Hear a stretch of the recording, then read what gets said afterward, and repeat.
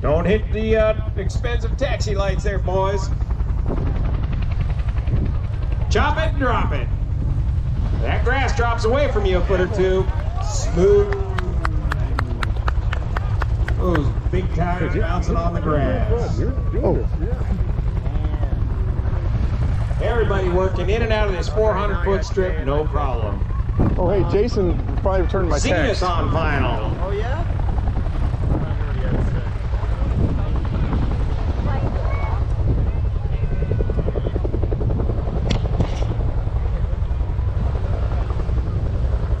These guys have been flying together all week long trying to get to Oshkosh from the West Coast. It's taken them all week to get here. We're glad to see him today. Zenith, the flying Jeep on short final. Look at this unique design. How quiet that is. Boom. Lock them up. Look at that. Oh, almost a tail strike. Cleared the aircraft. Cleared the deck there. Corey on final with the Ghost Carbon Cub. 180, somewhere about 180 to 200 horsepower with a fixed pitch propeller, super lightweight Carbon Cub. Full flaps, minimum airspeed, with modified landing gear and big balloon tires to help absorb these bounces. Yeah, don't go early, Corey. Aha! That last little punch of power, see, made him go long. It just takes an incredible timing to catch these landings on the mark. Especially the first couple of times at a new airstrip like this. You don't want to land short in the backcountry or you'll rip the gear right off of your aircraft. Because short means perhaps a great big log. We got an aircraft taxiing out now. We got a break in the pattern.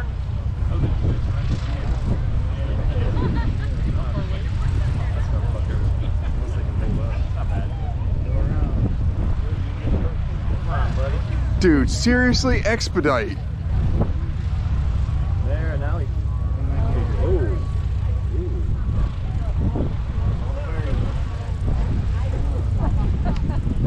Who we got on final now? Is this Hal? Stockman! See, we got Hal Stockman? Hal Stockman in the Rands, like a leaf in the wind, the lightest aircraft out here. This thing will start flying in the, it's chocks if the wind's gust high enough.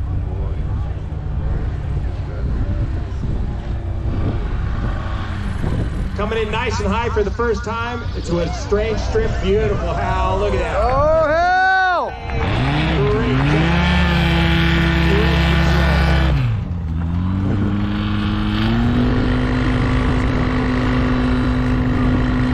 These are the guys you see all over YouTube now. They're doing a great job on social media promoting aviation and just promoting an explosion in the popularity of backcountry flying and flying in general.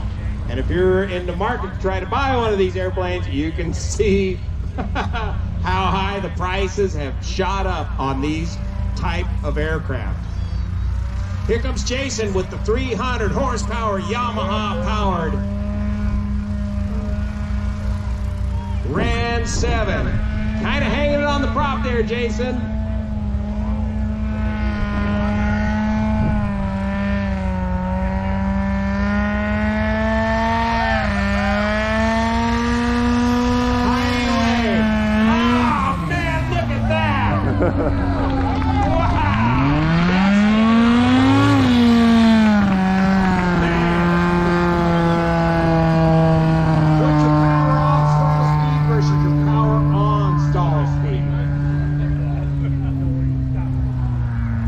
To maintain a higher angle of attack with the power on, keep the tail flying, and land with the minimal energy for the shortest distance landing.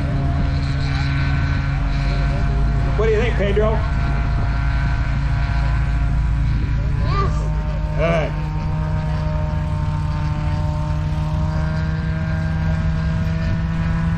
Okay, the American Champion Scout, probably about the biggest and heaviest airplane of the fleet here. With the aluminum sprung landing gear, Behringer wheels and brakes. big fat tires, and spades on the ailerons. See the little shovel spades on his ailerons? Similar to Husky aircraft, helps like an aerodynamic version of power steering. That apex is a screamer.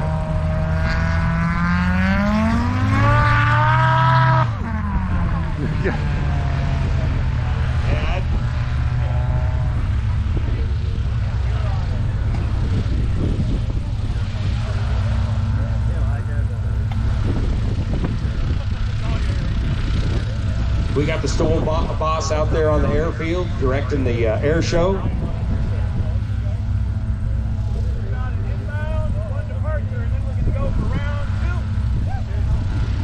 Making sure the flight line is clear.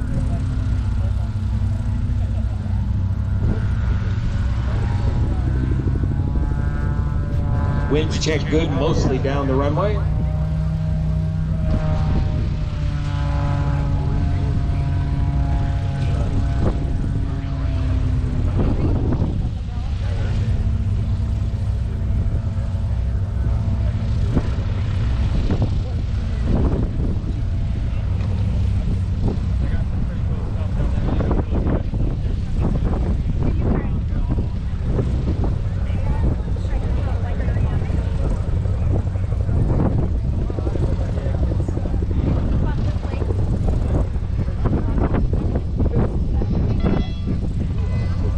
So every year we have an event out west called the High Sierra Flying. It's kind of the birthplace of where a lot of this interest and enthusiasm for backcountry flying and STOL type demonstration has come from. So in October, check your, send your browser over to High Sierra Fly-In, and it's an event that Kevin Quinn has developed out on a playa in the Nevada desert, somewhere a little bit north of Pyramid Lake, where we just have a huge, huge fly-in.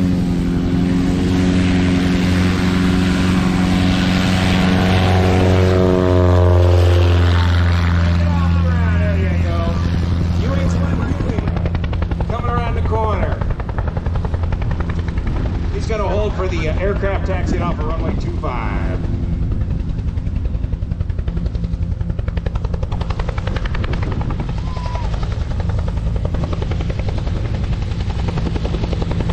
Carbon Cub coming up next. Carbon Cub EX, which I believe this is a home-built experimental version of the Carbon Cub. Note the leading edge devices on the on the leading edge of this Carbon Cub.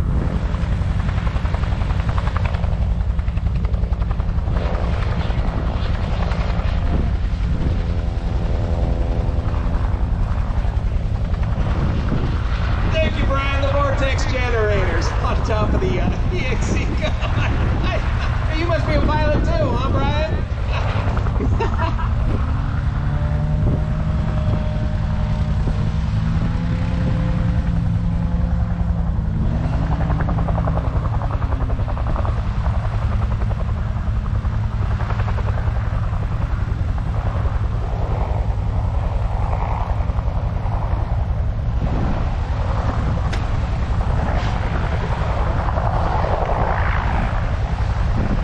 We're going to hold the departure, I believe, for the helicopter here. Deconflict with the downrange traffic.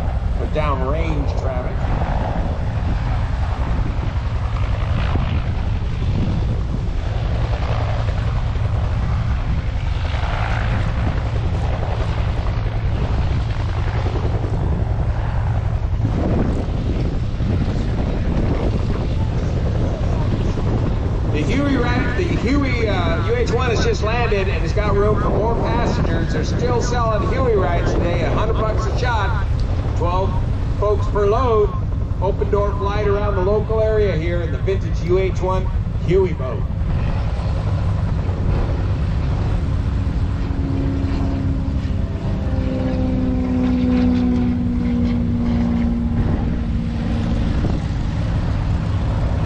So backcountry flying's a lot like adventure motorcycle riding in these aircraft. Here goes the Carbon Cub EX. Up on the main. That's all it takes. If you count the number of seconds from the time he applies power to he's off, you got about a 3-second takeoff roll. Now here comes the unusual Zenith aircraft. UL power. The only tricycle gear out of the whole group. A flying Jeep.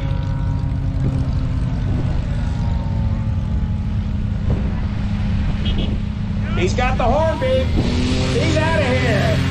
Wheelie. Up the flaps. And he's out of here. So what would you figure that takeoff roll to be? 100 feet? A couple hundred feet? Corey Robin in the Ghost. Carbon Cub. With modified gear. And Alaska bush wheels.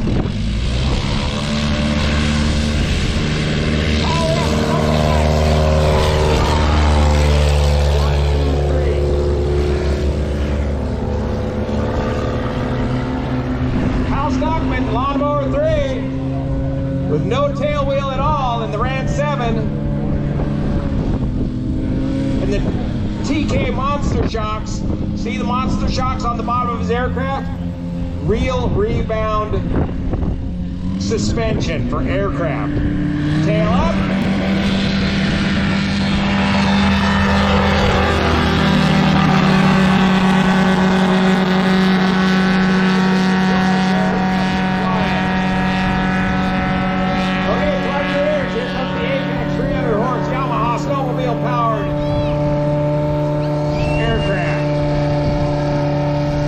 Plug your ears, this thing gets loud, man.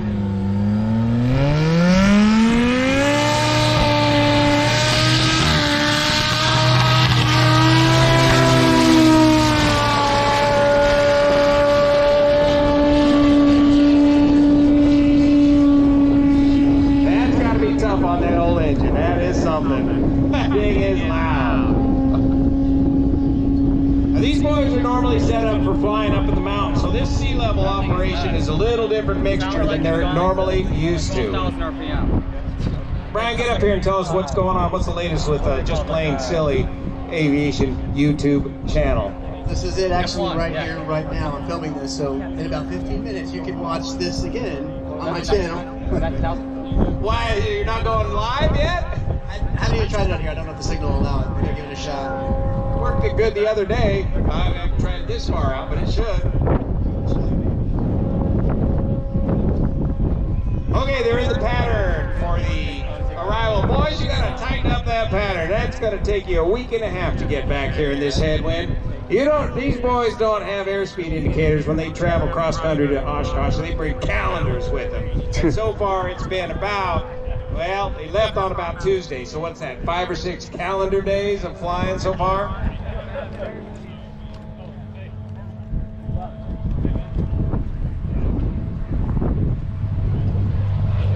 Dave Martin in the Beach Baron, parting with both engines. He is ready, about as ready as any man possible for an engine failure in that Beach Baron. Again, don't try what he does at home. Yeah. Yeah.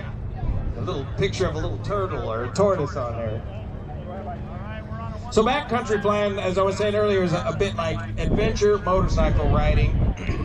You can, with these aircraft, the lightweight push type aircraft, full fuel, one person, then you got enough room for all your camping gear. So load up your camping gear very similar to you would do on an adventure bike motorcycle ride. Try to keep it down to 100 pounds or so of gear, less survival type gear. And you can just get out there and explore the backcountry, especially out west.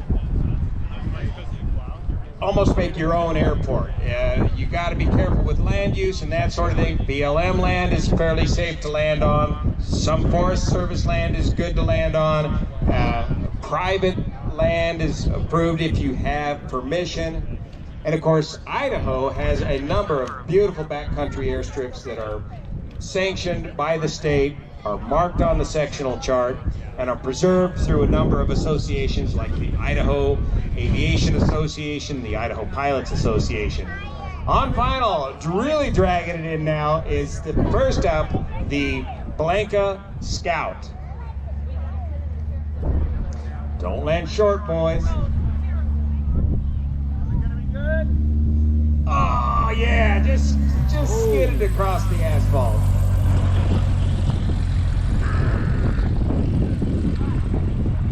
And he's clear the runway to the left.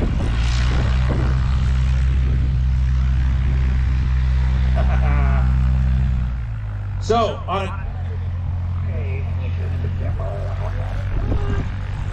that's right, we're just demoing here today. Now, in a traditional STOL demonstration, right here where you see the cones would be drawn a line. And we'll be doing this again up at Oshkosh all next week. 8 p.m. every evening at the ultralight strip. We'll be doing more of these STOL demos. But in a traditional STOL contest, you measure your takeoff distance and you measure your landing distance beyond the line. You cannot land before the line. If you land before the line, you're scratched. You take the sum of your takeoff distance plus your landing distance, and that's your score. Usually you get to do that 3 times, average it out, and the person with the lowest score wins. So it's the sum of your takeoff plus landing distance. So just because you got the shortest takeoff distance doesn't necessarily win you the contest or the shortest takeoff, it's the combination. Blue Carbon Cub EX on short final. Boom. Just a little bit before the line. I believe he has the stock landing gear on that with bungees. You notice how it kind of hops along, a little bit of crow hopping along. Bungee cords have no rebound capability in the suspension, and as you dirt bikers know, rebound suspension qualities are needed in order to keep the suspension on the gear, weight on the wheels, and the brakes effective. Zenith, 701 on final.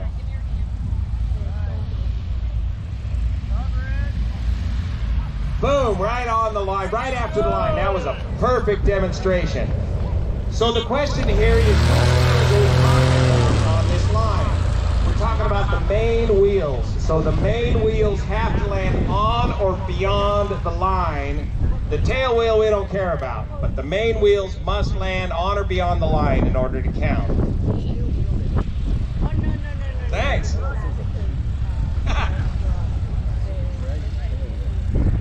Corey Robin and Ghost, a silver and orange Carbon Cub. Now Corey's got the modified TKC landing gear. Tony, what's his last name? Casaba out of California. Watch this landing gear work compared to a bungee cord. He'll hit it and quit it. It'll just stick. Look at that. It doesn't bounce. And look at the short distance. The weight and the wheels on the ground.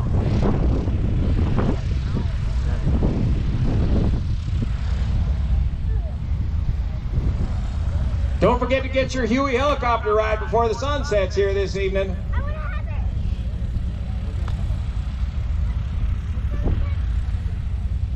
Is this Hal on final now? Hal in the Zenith? Correction, the Ran 7, Lawnmower 3. The lightest aircraft out of the fleet here today. And perhaps the most competitive, most capable short field takeoff and landing aircraft.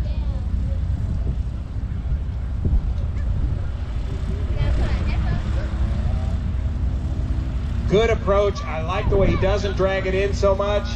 Aim point, airspeed. Aim point, airspeed. Aim point, and boom! Pins it. Chopped it and dropped it right on the mains. You see again how the is able to pin it right onto the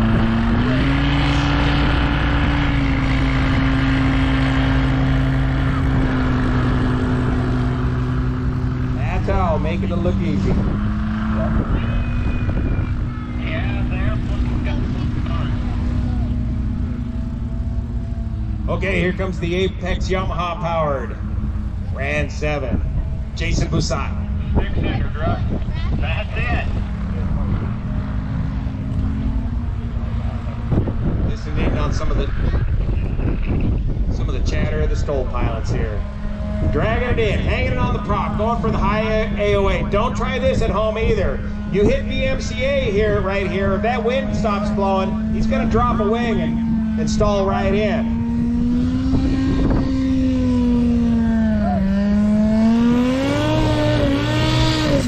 Okay, see how that works? He was dragging the tail.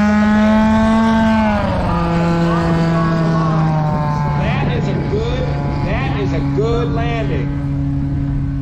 Dragging that tail wheel across like a unicycle, hanging it on the prop.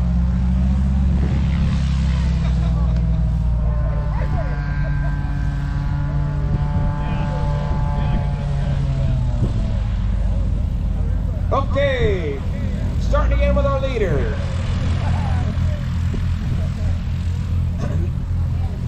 That is the first aircraft in the series. The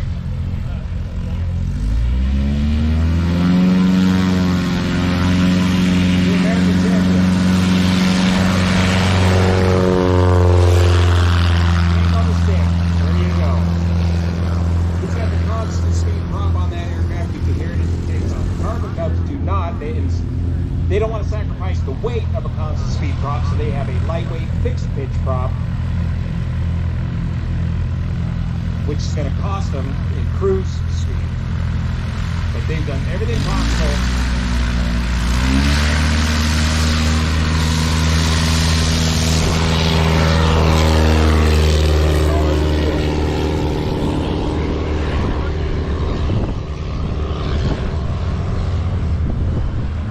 The Zenith 701. And it's got a funny stick right in the middle. Look, see where his hand is? Throttle on the left, stick on the right. And watch for the full span. Hey, guys, his horn, beep beep.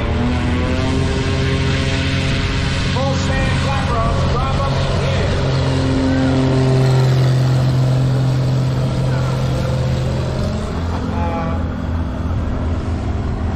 Corey with the leading edge vortex generators. Help keep airflow over the wing at extreme high angles of attack.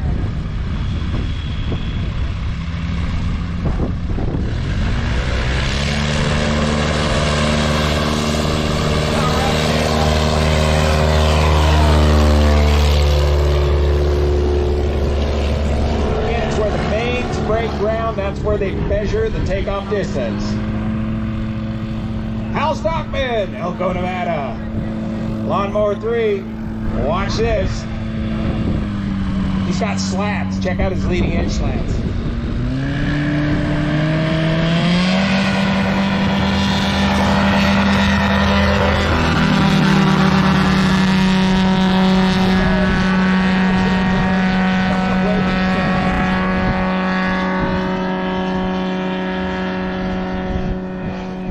Lightweight. That's what these aircraft.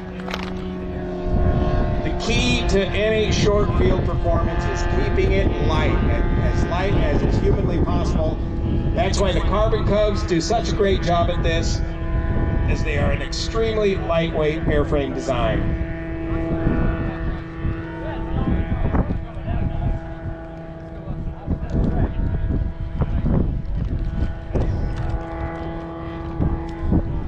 Coming up on short final is the American Champion Scout.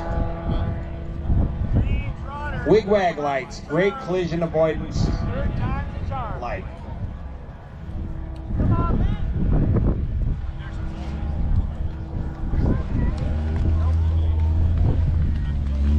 Little power over the line, drop it, chop it, chop it. Oh, good.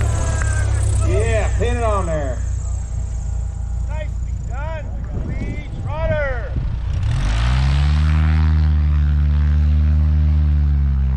Yeah.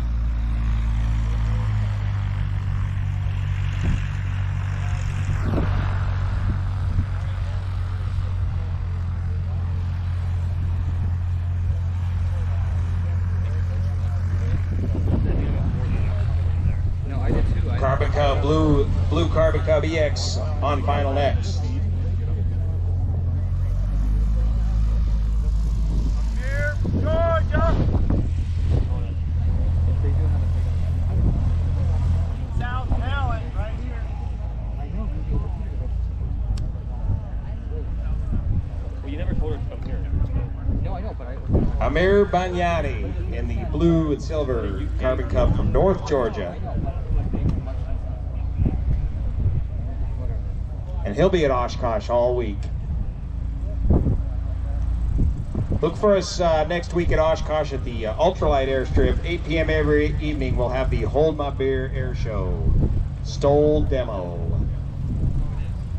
Got it. Aim point, airspeed, good. Good. Now, I believe the landing gear on that Carbon Cub is the Acme landing gear, and that design has been further improved by the TK shock. So there's still quite a bit of bounce in those Acme struts and shocks on the Cub EX. The Zenith 701 short final. Full span flaps are lowered. Drop her in there. Oof.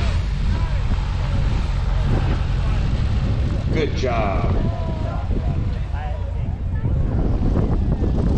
Corey in the Carbon Cub next. So you can either three-point it on a full stall landing, or what most folks like to do in the backcountry is get that high angle of attack, and then at the last minute, pin it on the mains. Pin it on the mains, dump the flaps, and hit the brakes for a max effort landing.